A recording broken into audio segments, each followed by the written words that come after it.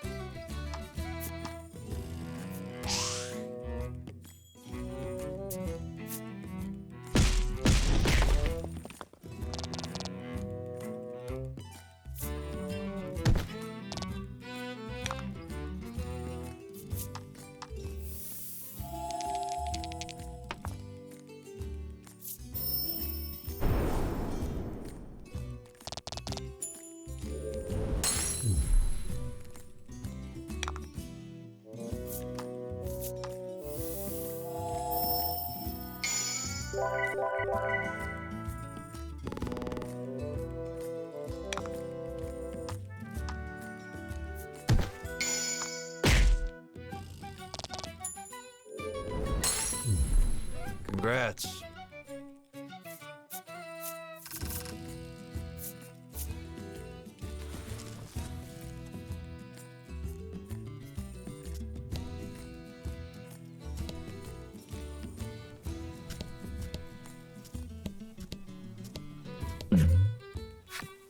Something's catching the sunlight just so. You move closer to get a better look at it. You find a chest lodged in the hollow of a tree. Something about this feels familiar. You fish a note out of your pack. Sure enough, this is the location those thieves mentioned when you were eavesdropping. Quite convinced you found their stash, you open the chest with a self-satisfied smirk on your face.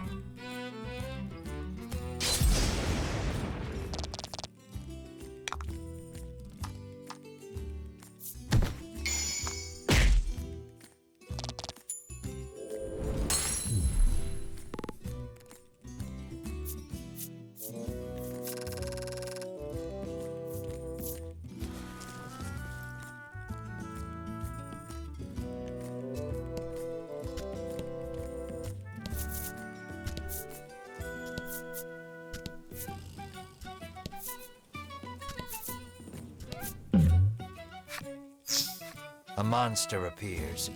Rather, you approach it, because the poor thing's paralyzed from head to toe. You may be able to aid it by administering some curative.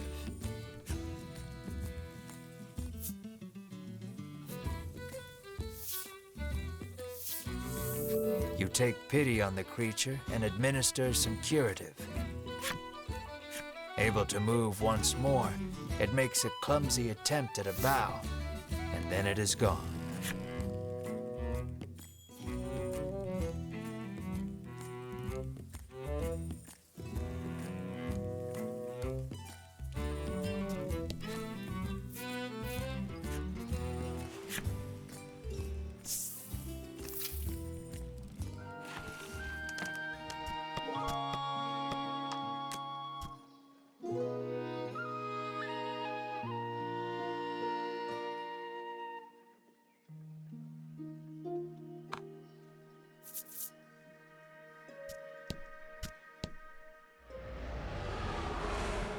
You hear a roar in the distance. According to the townsfolk, it is a very recent phenomenon. Rumor in the village has it that it might be the dragon.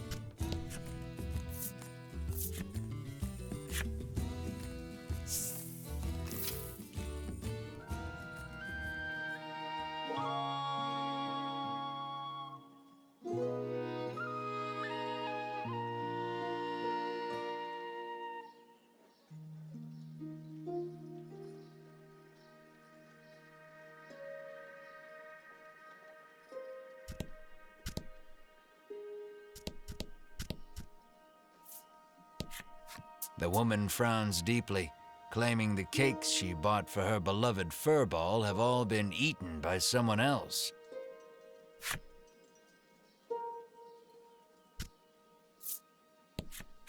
A quiet furball sits with crumbs around its mouth.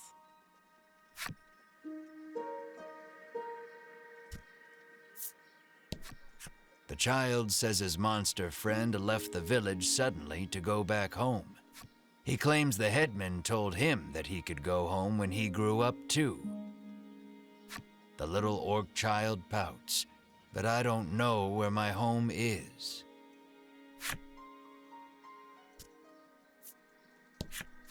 You ask the old man if he knows anything about the dragon.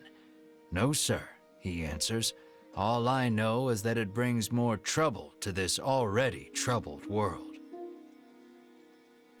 But our headman is a wise and worldly man. He might know something, he remarks, pointing at a house not far away.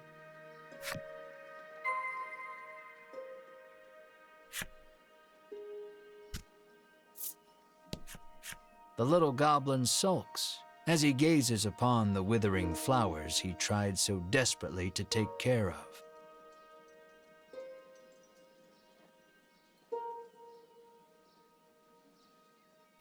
He looks at you with tears in his eyes, silently begging you for help.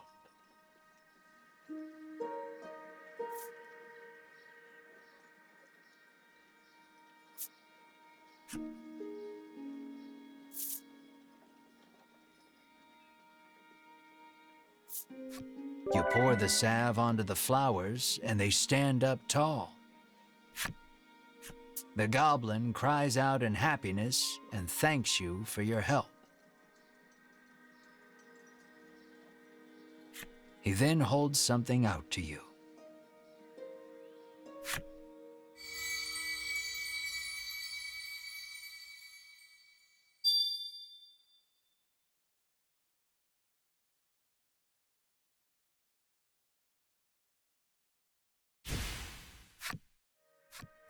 The goblin stares lovingly at the beautiful flowers.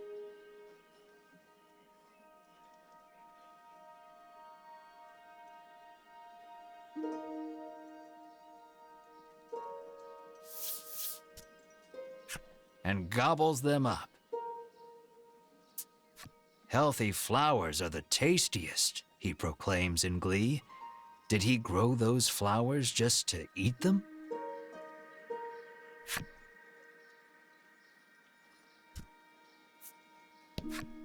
A young boy wanders up to your group in wide-eyed wonder. You surmise his curiosity stems from the lack of travelers visiting the village.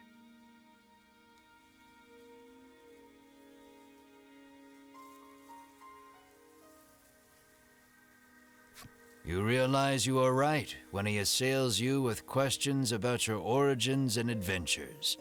The Inquisition leaves you exhausted.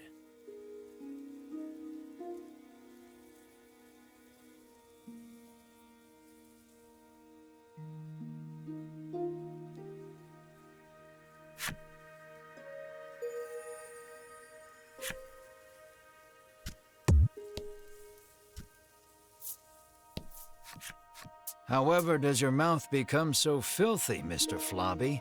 Sighs the girl as she wipes the slime clean. Clearly embarrassed, Mr. Flobby murmurs, "That's not my mouth."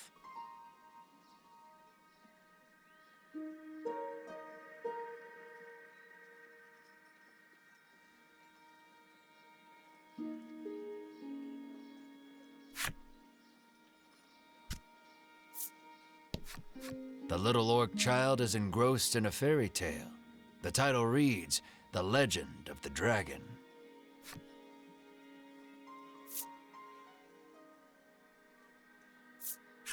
You take a peek into the picture book and come across a passage that piques your interest.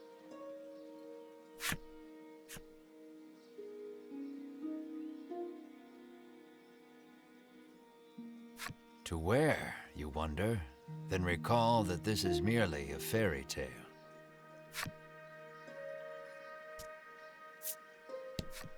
Lately, a suspicious man cloaked in black has been seen wandering about the village outskirts.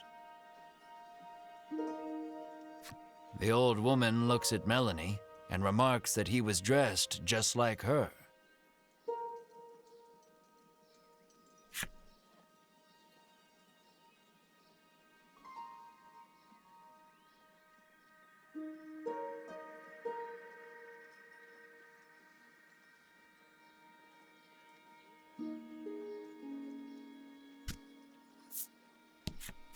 Wow, a new friend, and so big, too, the furball exclaims in glee as it rushes up. Mar stares off into the distance as the furball snuggles up to his leg.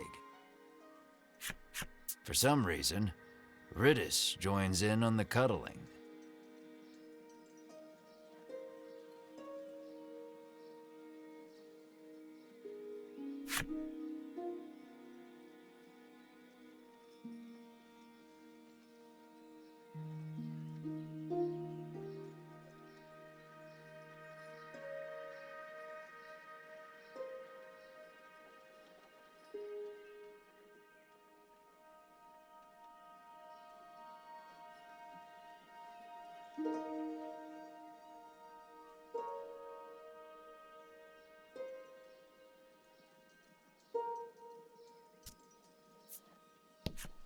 The village headman is a renowned gourmet, and rumor has it he only dines on the finest foods. The man says he wishes he too could have such a lavish meal just once in his life, his deep desire for delicacies only growing with time.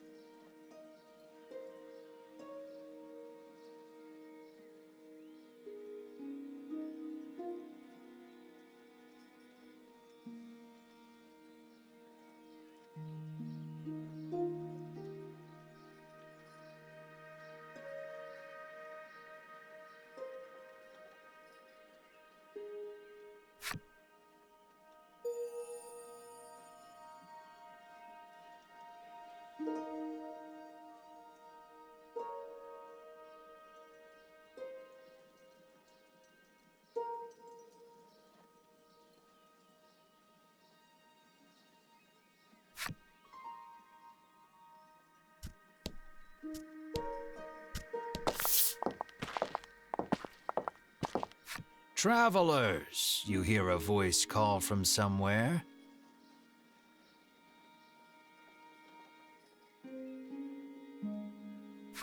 Down here, at thy feet, you look down to see a small clump of fur by your boots.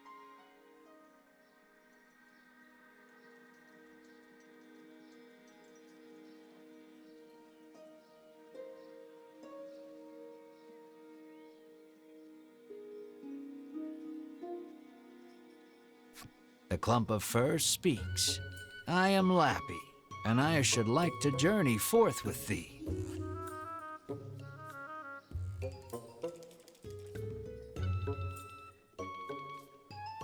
Lappy the furball looks at you with amiable expectations.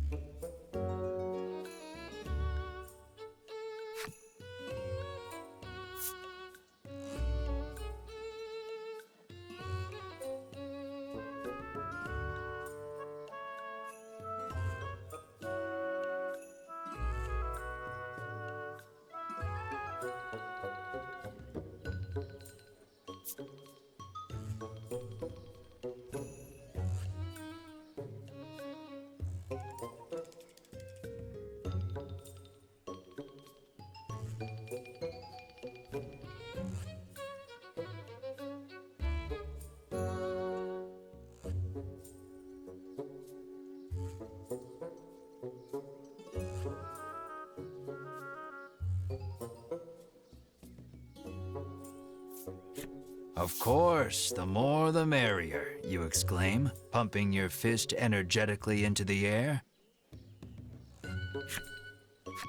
Melanie coldly interjects, "No, I can't trust monsters."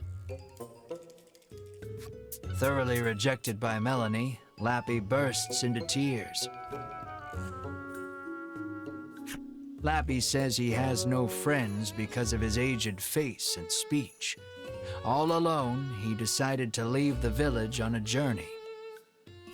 Your party is silenced by the crying child with the face of a grown man. You tell Melanie to be nice and quip that both she and Lappy could use a friend. Exhausted from arguing with you, Melanie half-heartedly agrees. Fine, we can be friends. However, she says that they are on a dangerous journey to defeat the dragon. As such, they cannot take a child with them. Lappy leaps up and hugs her in his excitement, exclaiming, "Thou hast made me so happy." "Till next time," Melanie says, peeling Lappy off of her and placing him on the ground. Though she thought all monsters to be evil, Melanie feels that the ones here are different. Finally, a friend.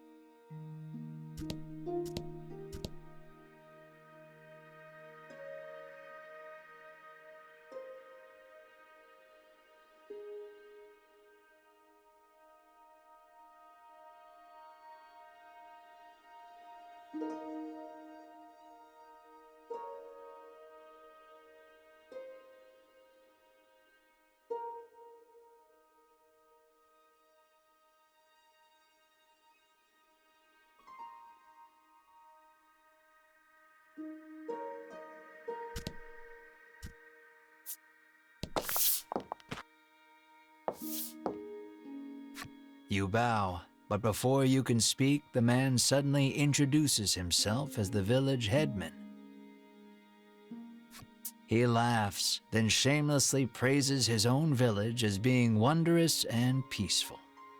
"And who are you?" he asks. After explaining that you are on a quest to defeat the dragon, the headman invites you to rest your feet a bit in his village. He says that he had heard rumors of the dragon when he traveled the world.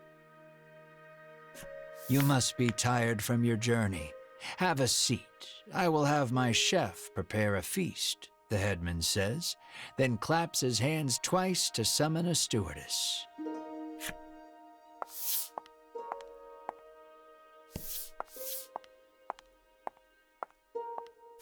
Extravagant dishes that you have never seen before are placed on the table before you. Each one, "You're drooling," Melanie scowls. You hadn't even noticed. You wipe your mouth with your sleeve, then gasp as you turn to Mar. Perhaps in an attempt to hold himself back, Mar is gnawing on the table corner. There, we'll eat soon, you reassure Mar while gently stroking his head. The doors fly open in the next instant, and a girl runs in. With tears in her eyes, she tells you that her dear companion, Mr. Flobby the Slime, is missing. The headman's eyes go wide in surprise. "We must find that slime right away," he says anxiously. "You are starving, but it doesn't look like you'll be able to partake of the feast before you because of Mr. Flobby's disappearance."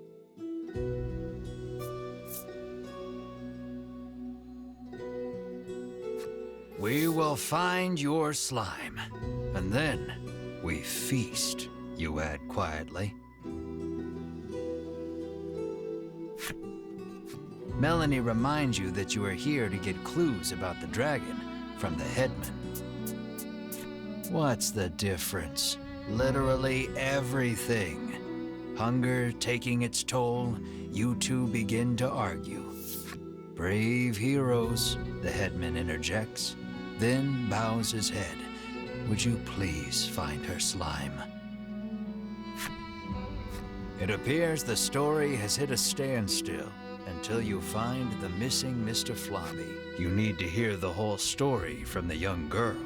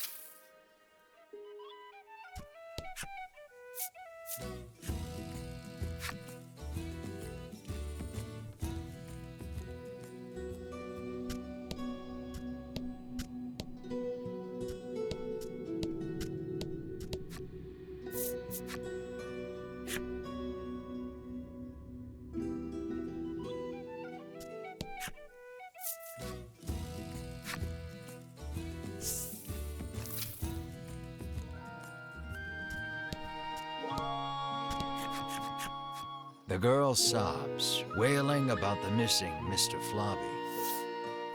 Melanie places her hand atop the girl's head and promises that your party will find her companion. The girl then hands something to Melanie. It looks like the muddy handkerchief she used to... She asks Melanie to wipe Mr. Flobby with it after you find him.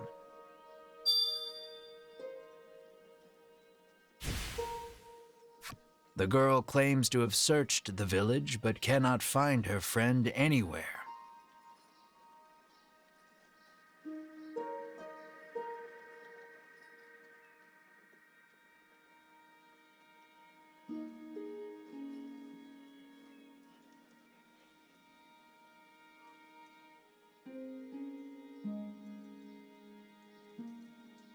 Regardless, looking aimlessly outside the village would be a waste of time. You decide to collect more information in the village.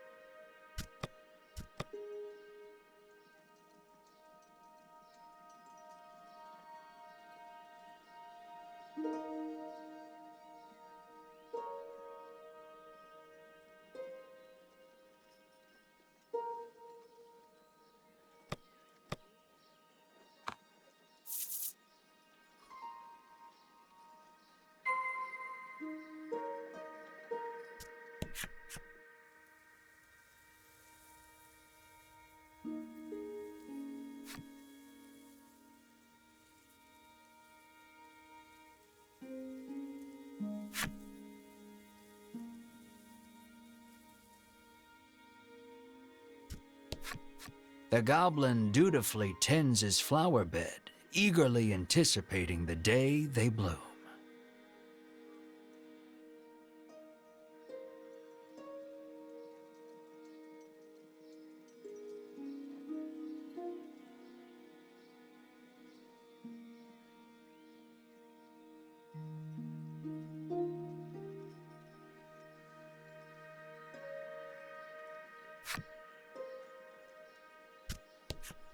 It seems like the girl who left the headman's house ran away in tears. The elderly man says she cannot have gone far.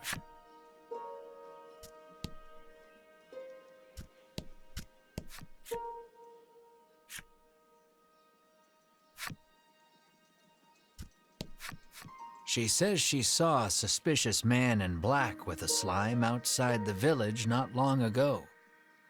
She claims they went northwest together. Did that man take Mr. Flobby? You resolved to leave the village in search of the pair.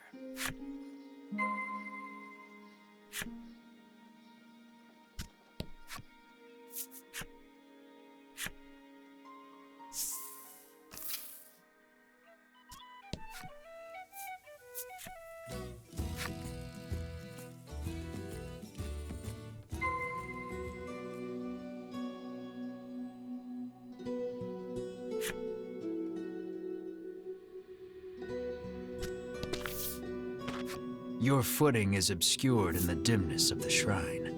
You go forth slowly but steadily, taking it one step at a time. You take a good look at the floor and see it lined in trails of viscous liquid.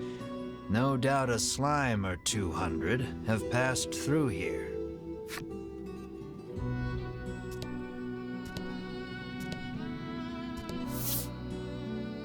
It looks like poor Mr. Flobby is being held captive by the mystery man.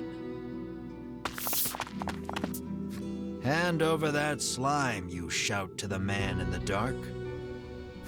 You speak as if I kidnapped him, he remarks, curtly turning to face you. When your eyes finally adjust to the surrounding darkness, you realize the man's clothes look eerily similar to Melanie's. Melanie's mouth falls open in surprise. It seems the man has noticed Melanie as well. It looks like the two know each other.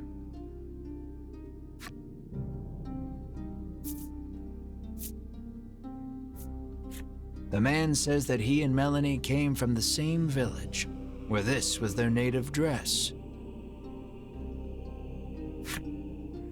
The man's revelation makes you realize that you know almost nothing about Melanie's past.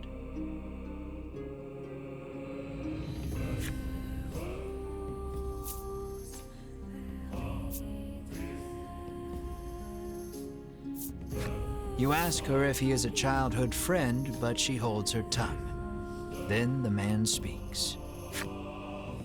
With forbidden magic, our clan has ensured the dragon, he begins, when Melanie cuts in.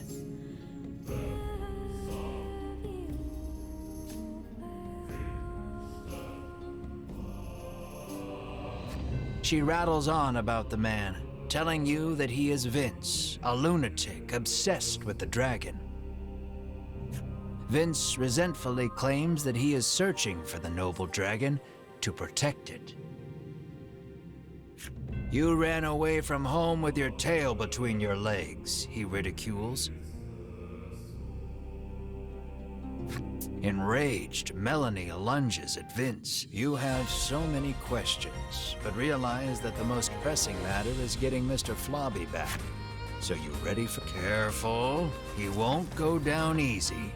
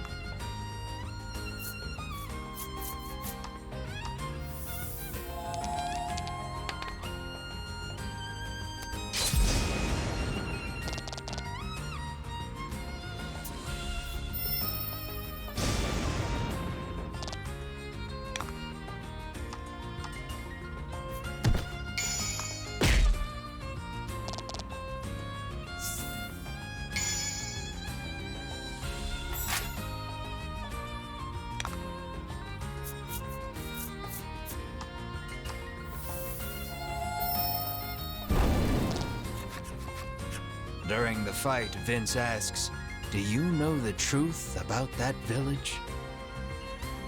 The headman may look like a nice old man, but he keeps those little monsters around to... He begins, but before he can finish,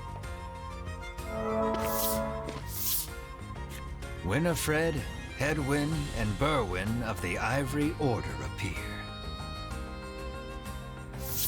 The three brush you aside, fixing their attention on Vince.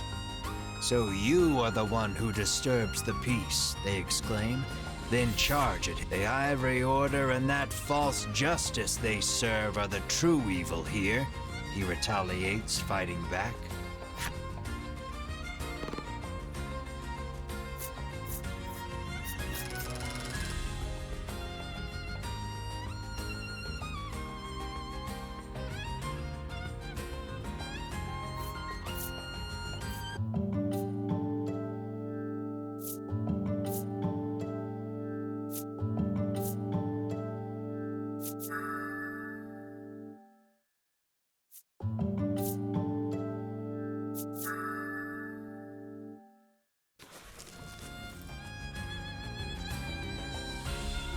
Seeing the two parties occupied with each other, you realize this is your chance to grab Mr. Flobby.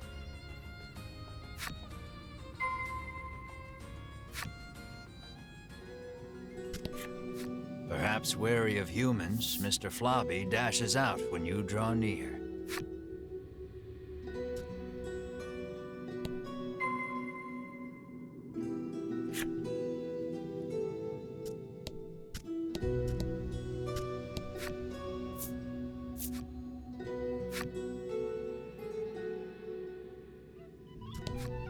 When you reach out to grab Mr. Flobby, he suddenly attacks. Lower Mr. Flobby's stamina to calm him down.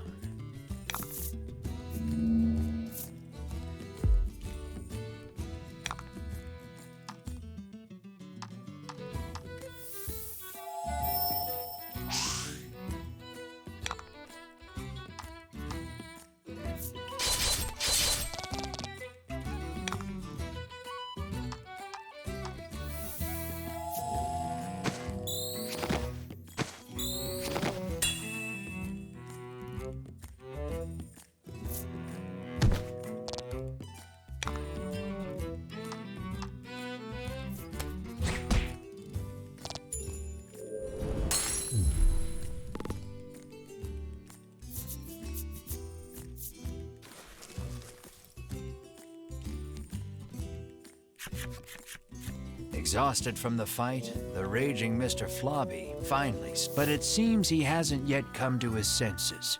He glares warily at your finds something to help return Mr. Flobby to normal.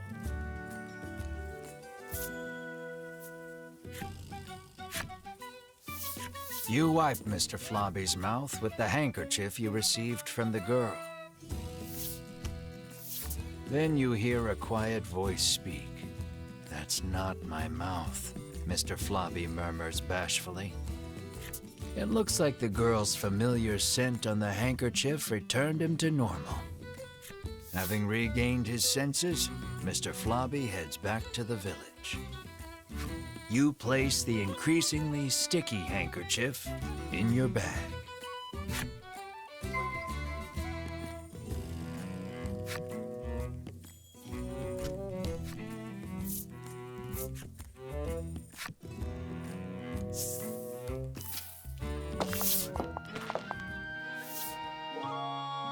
Lappy approaches and tells you that Mr. Flobby has returned.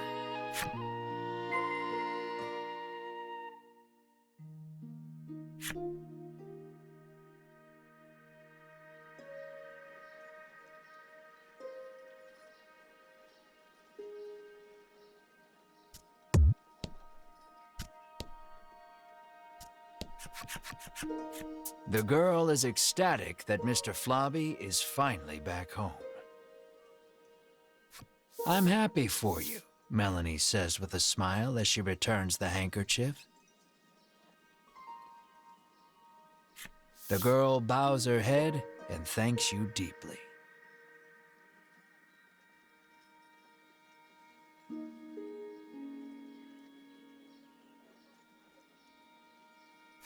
Mr. Flobby looks as slimy as ever. You just hope it's a happy slime. The headman wants us to bring Mr. Flobby to him. Would you mind, you ask? Of course not.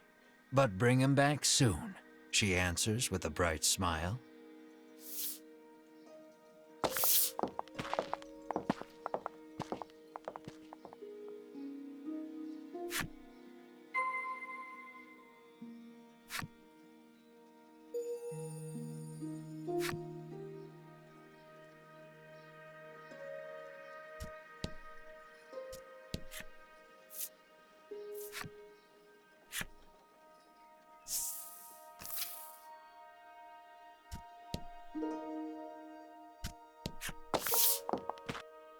I am so happy to see you safe and sound, the headman exclaims, giving Mr. Flobby a hug.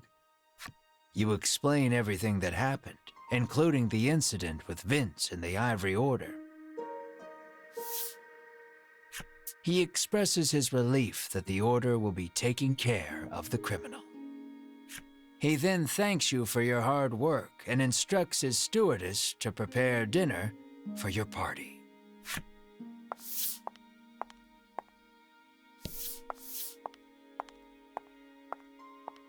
You can feel your collective mouths watering at the sight of the lavish meal before you. You, Mar, and Ridis immediately dig in. You aren't sure where you find a moment to breathe among all the feasting. Please, eat to your heart's content, the headman insists with a smile. Once your belly is full, you realize that Mr. Flobby is gone. And then... Room for dessert? The headman asks, offering you a plate of slimy jelly. You feel your stomach churning at the very sight of it.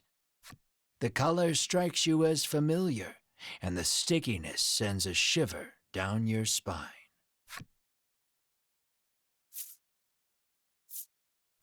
Is this Mr. Flobby?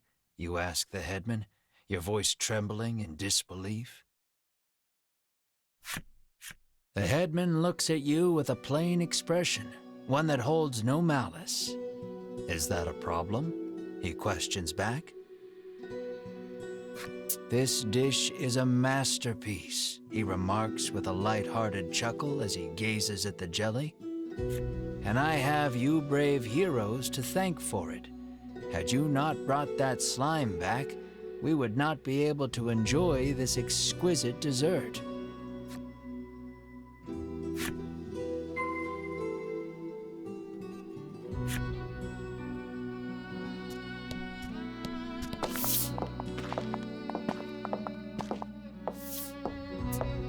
You move to leave, but the headman stops. I try to get my meat while it's still young and tender, but at least your pet is very plump, he remarks, licking his lips. He points at Mar and asks, would you consider leaving that creature here with me?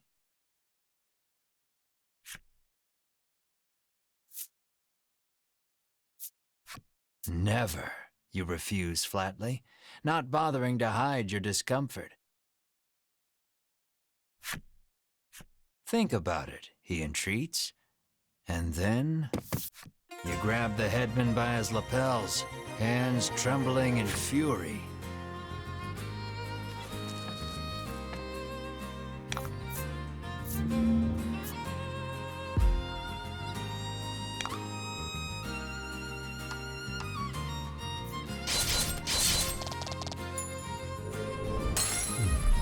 Good work.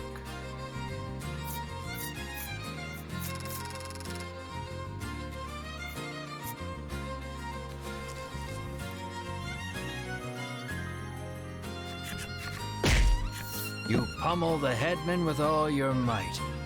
Curled up on the ground, the headman groans in pain, but insists that monsters were meant to be eaten. You hug Mar tightly, reassuring him that you will not hand him over to anyone. Mar looks at you with his round eyes and mews softly. You meet eyes with the rest of your party and reach a tacit agreement. Together, you all stand and leave.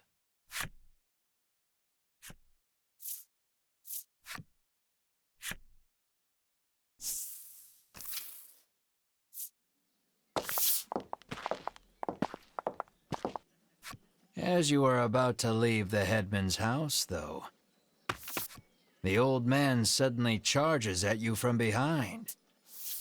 But Mar, the keener of you two, is quick to block his path. With a crash, Mar and the headman tumble to the ground. From the headman's hand falls a small blade. It clatters to the ground, covered in blood.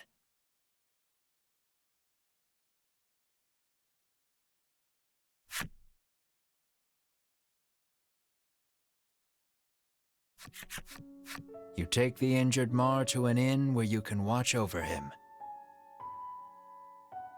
You gaze at the unconscious Mar with concern. Despite the shallow wound, no amount of medicine seems to rouse Mar from the bed. I heard that my friends were in danger, so I came as quickly as I could, Lappy says. As he reaches Mar's bedside, he leans over and licks his wound. "This is what-you-call-it extract," he shouts. He explains that it is a poison extracted from a certain monster. If it enters the body, it drastically reduces one's stamina. Hearing those words, you realize the headman's blade must have been coated in this poison. Mar's condition starts to make sense. "Isn't there anything we can do?" Melanie asks.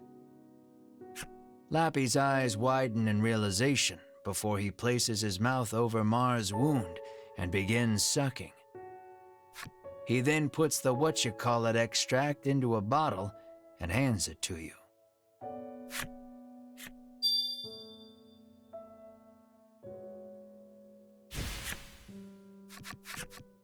Lappy says that if you follow the road south of the village, you will reach Shoreland. He tells you to give the extract to the famous nutritionist there.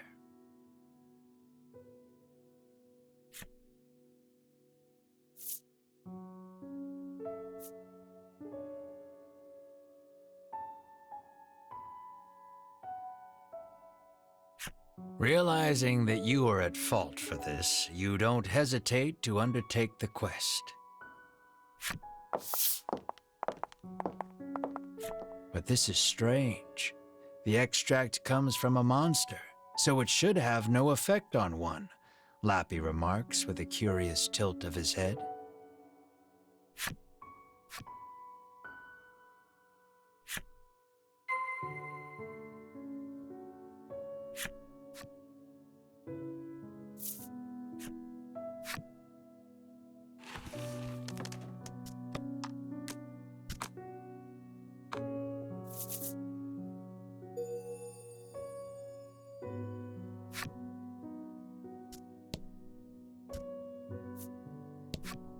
"I thought a beast of that size would eat us out of house and home," she remarks, no doubt talking about Mar.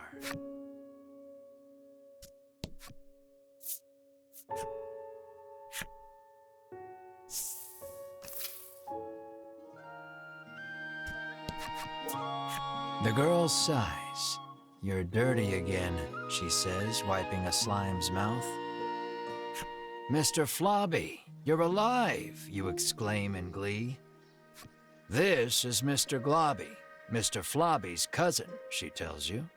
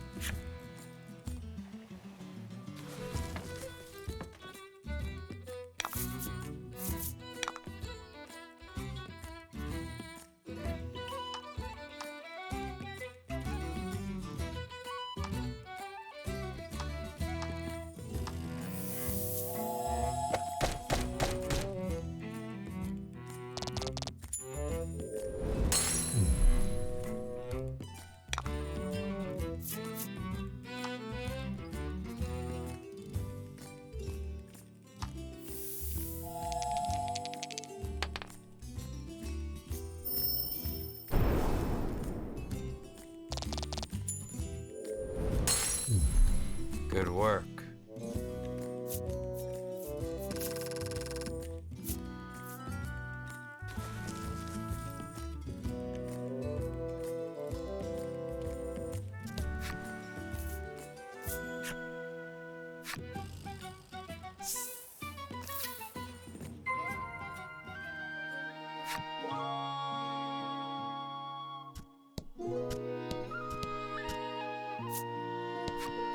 The man says the fishing industry is usually thriving in their seaside town, but recently nets have been coming up empty. He mentions that even the fishing harbor to the northwest has been suffering from poor hauls of late.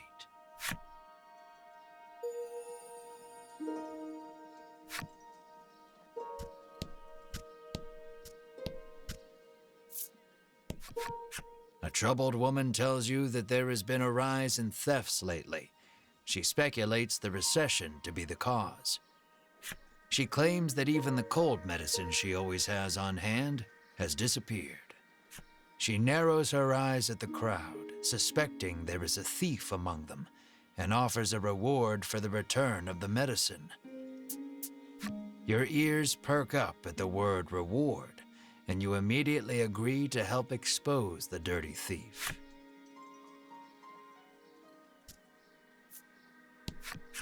I can feel the dragon's presence. I must inform Lady Winifred, the knight mutters. You feel impatient, determined not to let the order beat you to it.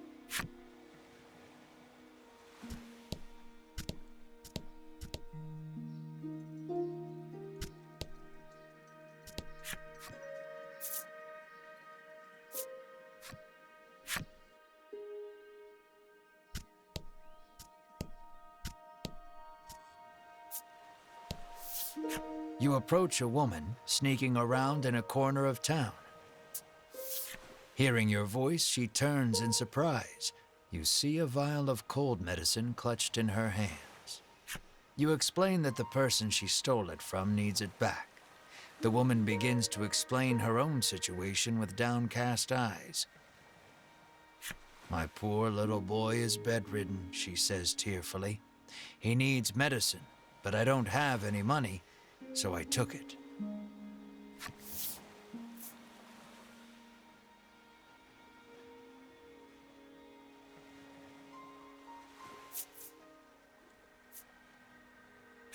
Hearing her tale, you are overcome by sympathy and decide to look the other way.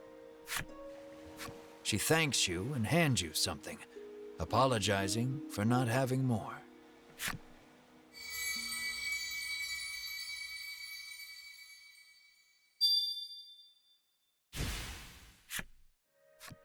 Medicine in hand, the woman leaves quickly. Now then, what to tell the other lady?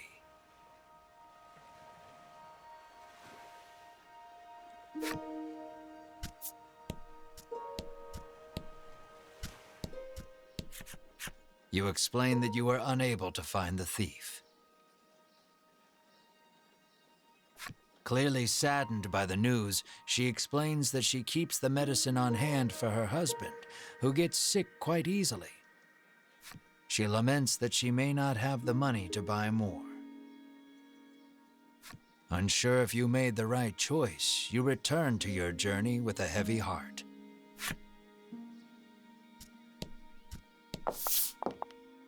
The sign on the door reads, "The Great Nutritionist Oreo." You open the door without knocking. Is anyone home, you call? A muscular man emerges from the back.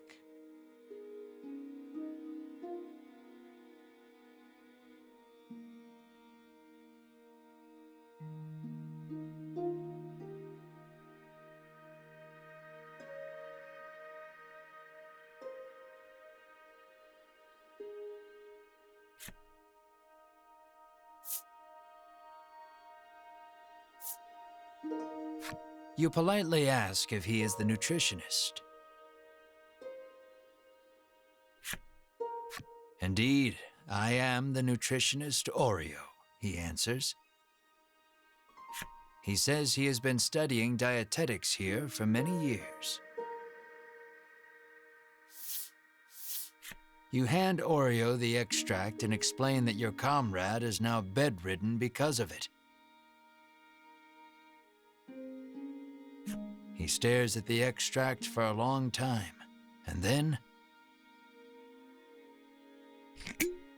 opens the bottle and laps at the liquid inside. "That's poison!" Melanie shouts in alarm. The man insists that he'll be fine with his expertise of nutrition, and insists that knowledge is power, as if that will help somehow.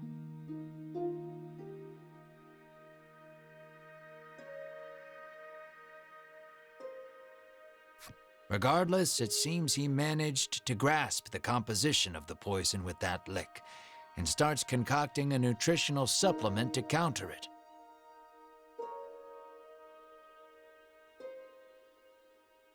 However, he says he needs a spry fish, which has been difficult to catch lately. He needs a special fish to make the necessary supplement.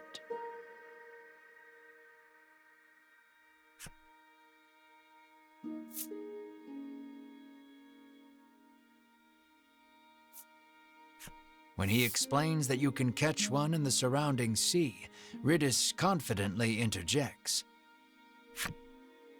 She shows you a page from her ancient tome, which explains the ecology of the fish in detail.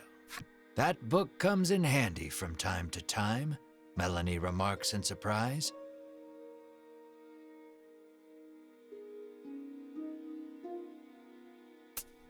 Oreo gasps as if remembering something.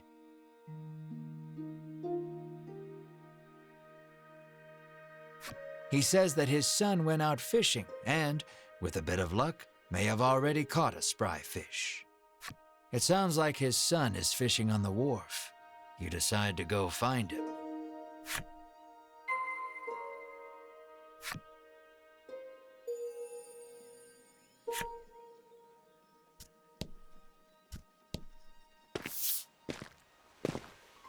You see a young man with his line in the water and call out to him.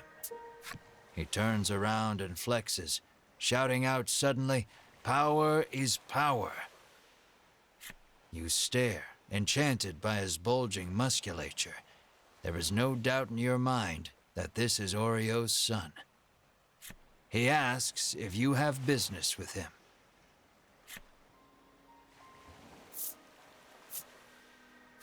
Though you are pretty sure of the answer, you ask the young man if he is the nutritionist's son. "That I am," he answers. He introduces himself as Bruno and says he is learning to be a nutritionist like his father. You introduce yourself, expressing to him that you are a hero on a journey and require a spry fish to save your ill comrade. His eyes begin to sparkle the moment you utter the word hero, and he becomes engrossed in your tale. More or less grasping the situation, he regrets to inform you that he has not caught any spry fish yet. He says that a monster has settled near their town, and its thundering roars have scared most of the fish away. You know Oreo needs a spry fish to make that supplement. Hearing the despair in your voice, Bruno speaks, his words like an ember in the dark.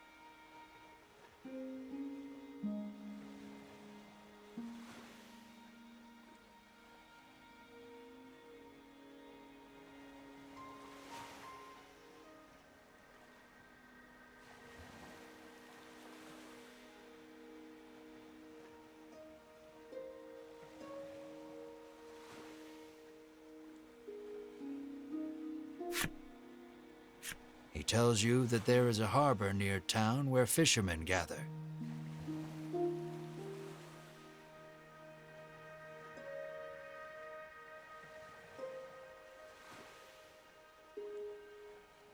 Perhaps you can find the fish you seek there. You thank him for the information, then head to the harbor with your comrade. Just as you are about to leave, Bruno offers to escort you there.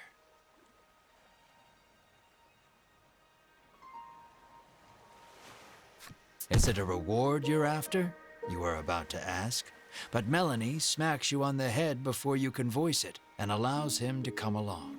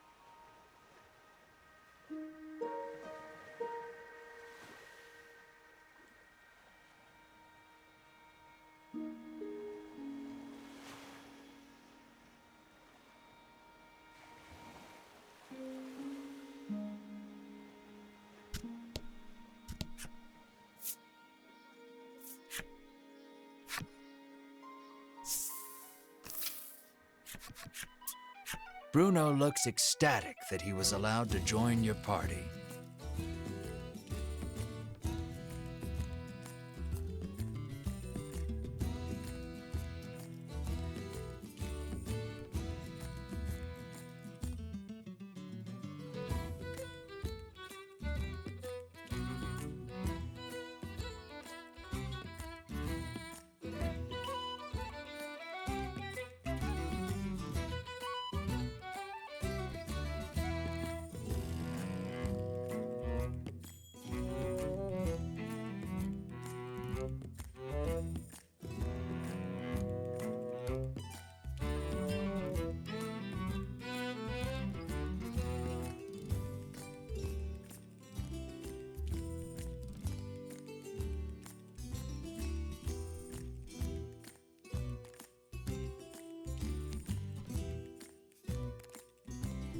When you ask him why, he tells you that his dream is to be an adventurer and has thus been training every day.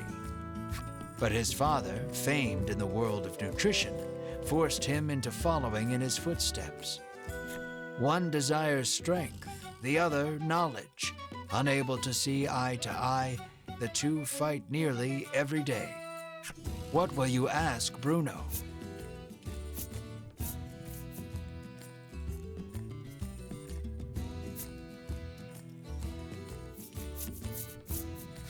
Curious about his attire, you ask why he does not wear armor.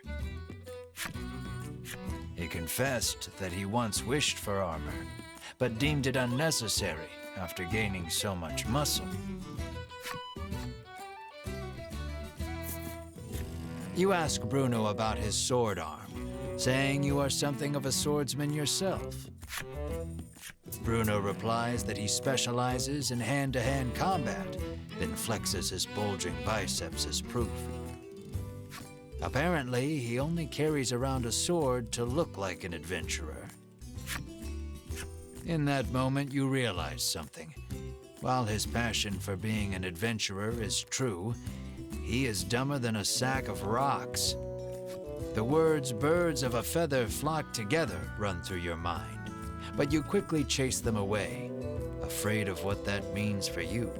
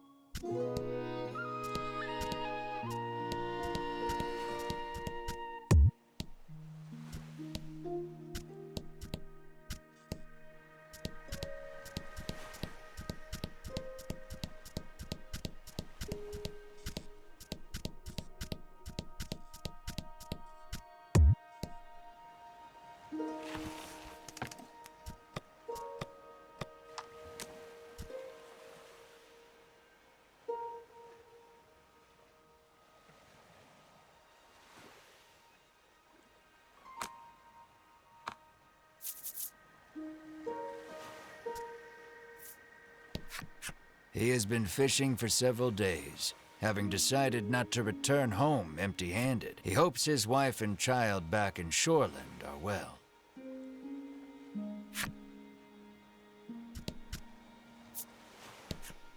The woman says she has been waiting here for days, worried about her husband, who has yet to return.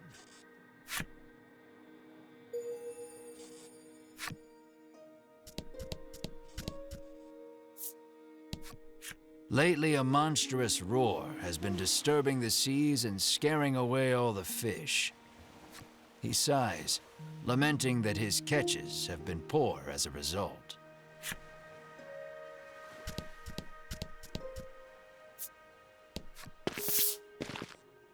A rough-tempered piscator stands there, having just returned from fishing. Mars' fate rests upon this man's haul.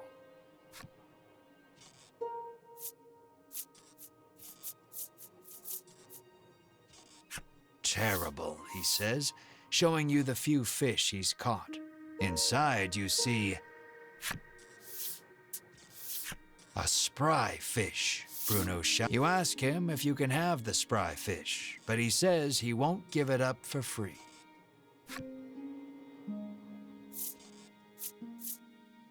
When you ask how much it will cost, he gives the absurd price of 1,000,000 gold pieces. You're heartless, Ridis pouts. The man is enraged by the rude response. Just then, Bruno prances forth and shouts, "Stop right! Your fisherman muscles are simply sublime," he exclaims. He challenges the man to a competition of muscles with the spry fish as the prize. The piscator seems interested and agrees on one condition. If you lose, you must become my servant. This one's all yours, Melanie says, patting you on the shoulder. Then let the carnival of might and muscles begin, Bruno roars. Your puny body is no match for mine, the piscator shouts back, throwing a punch.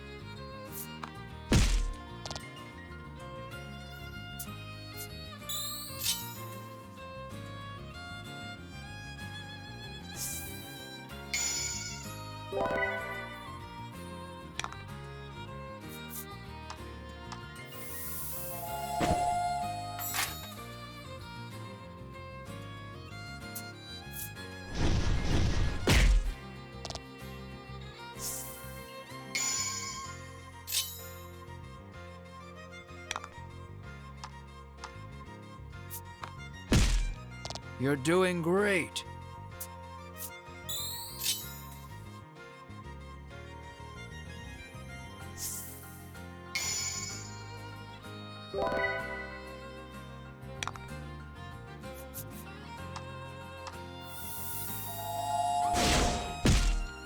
A battle of beefiness.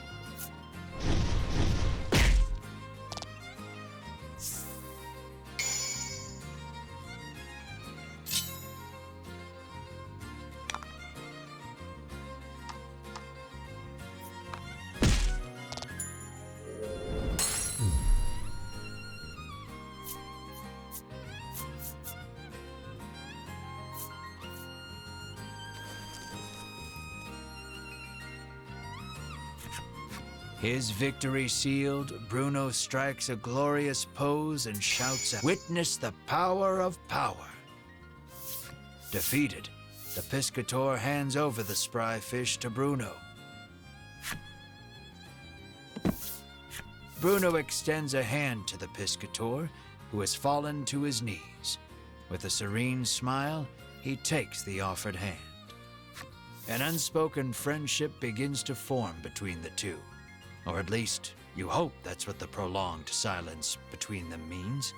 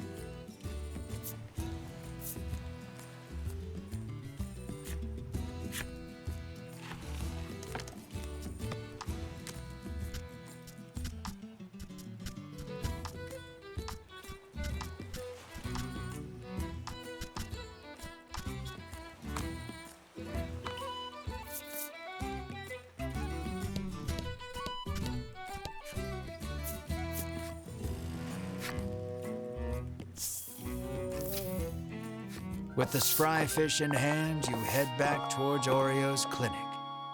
Bruno looks at your group sadly, reluctant for this little adventure to end.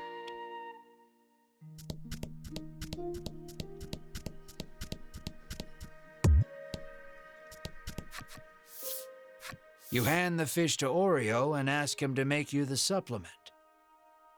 "Give me a moment," he says, then takes the fish and heads into the back.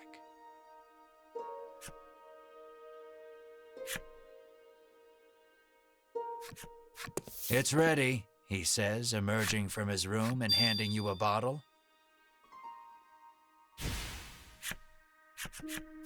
You hope this will get Mar back on his feet. You need to get back to Unionville on the double, but before that...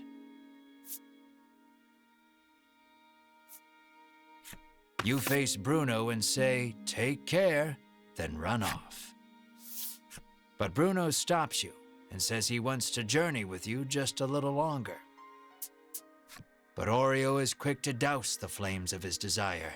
"You will stay here and study," he commands.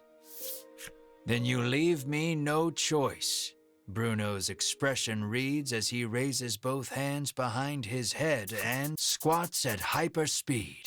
"I want to show this power to the world," Bruno proclaims to his father. "You have much to learn, my son," Oreo retorts as he starts sidestepping at breakneck speed. Only the sound of their labored breathing and bodies moving resonates through the otherwise silent room.